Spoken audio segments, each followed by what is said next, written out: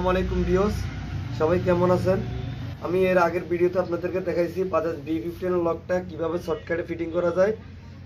এখন আপনাদেরকে দেখাচ্ছি বাজাজ B15 এর পিস্টন এবং রিং কিভাবে বসাবেন, এবং এখানে টপ 1 টপ 2 ওয়াইল রিং থিনার রিং আছে, এগুলা কোনটা কিভাবে বসাবেন, কিভাবে গ্রুপটা মিলাবেন আমি আপনাদেরকে সবগুলো দেখাবো। এই দেখেন, সবসময় খেয়াল রাখবেন এই সাদা রিংটা, এটা হচ্ছে নিকেল রিং, এটা হচ্ছে কম্প্রেসার নিকেল রিং, এটা হচ্ছে টপ 1, এটা হচ্ছে টপ 2, এটা হচ্ছে আপনার কম্প্রেসার কালো রিং, এটা হচ্ছে টপ 2। এটাতে লেখা আছে, লেখাগুলো খুব ছোট ছোট, এটা ক্যামেরাতে ভালো আসবে না, আপনারা দেখে নিন। আর এই দুইটা হচ্ছে আপনার ওয়াইল রিং, এটা হচ্ছে থিনার রিং। আপনাদেরকে এখন এগুলো কীভাবে ফিটিং করে, আপনার গ্রুপটা কীভাবে মিলায় আমি আপনাদেরকে জিনিসটা এই ভিডিওর মাধ্যমে দেখানোর চেষ্টা করব। আর আপনারা ধৈর্য ধরে ভিডিওটা একটু দেখেন। ভিডিওটা ভালো লাগলে আপনারা আমাদের ভিডিওটাকে একটা লাইক দিন আর সাবস্ক্রাইব করে দিন। এই পিস্টনের ভিতরে একটা টি লেখা আছে, এটা থাকবে যে সাইলেন্সার পাইপের দিকে, এটা হচ্ছে ছোট বেল যেদিকে বসবে এদিকে, এটা হচ্ছে বড় বেলের জায়গা, এটা থাকবে যে আপনার কার্বোর্ডের দিকে। আপনি জিনিসটা দেখেন, এটা হচ্ছে আপনার প্রথম থিনার রিং বসাবেন।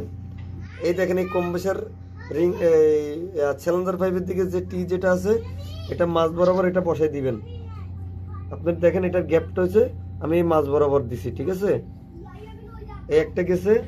তারপর যে আপনি নেবেন যে এখান থেকে দুইটা আপনার ওয়াইল রিং আছে, এখান থেকে একটা বাসি নেবেন আপনি, বাসি নিয়ে এই দেখেন এটার যে মাঝ বরাবর আছে, মাঝ বরাবর থেকে একটু অ্যাঙ্গেল করে দিবেন, এই সাইড করে দিবেন, এই সাইড করে এটা বিটের পাশে বসাই দিবেন। এটা খুব ইজি, এটা যারা বুঝেন না, যারা জানেন না, তারা অনেকে জানে না, অনেকে বুঝে না, যার কারণে পিস্টন লাগাইলে বেশি লাস্টিং করে না। এইভাবে যদি আপনি লাগান ইনশাল্লাহ পিস্টনটা অনেকদিন লাস্টিং করবে আর মাইলেজটাও ভালো দিবে। আপনি কাজটা করেও শান্তি পাবেন, অনেকটা বুঝবেন। এই দেখেন এটা থিনার রিংটা যখন আমি বসাইতে চাইতেছি তো এটা উপরে উঠে গেছে, এটা আমি আবার চাবি আমার মতন করে বসাইতেছি, কিন্তু গ্যাপটা আমি বরাবর রাখছি। এই দেখেন এই থিনার রিংয়ের গ্যাপটা বরাবর আছে, একটা এই পাশ বসেছেন আর একটা রিংয়েরই এই পাশ করে বসাবেন, গ্যাপটা এই পাশ করে বসাবেন। এই দেখেন ইনশাল্লাহ দোনোটা বসানো হয়ে গেছে। এখন আপনাদেরকে দেখাচ্ছি এই যে কালো রিংটা, এটা হচ্ছে আপনার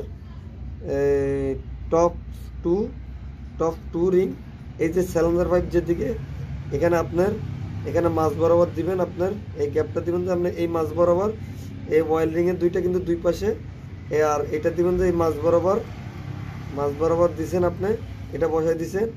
আর এরপরে আসবে যে টপ 1, আপনার সবসময় খেয়াল রাখবেন লেখার সাইডটা উপরে দিবেন, তাহলে আপনার কম্প্রেসার কোনো ঝামেলা হবে না। এই দেখেন এটা দিছে এদিকে, এটা দিছে সাইলেন্সার পাইপের দিকে, আর এটার গ্যাপ দিব যে আপনার উল্টা দিকে, আপনার কার্বোরেটরের যে দিকে, এই কার্বোরেটরের দিকে।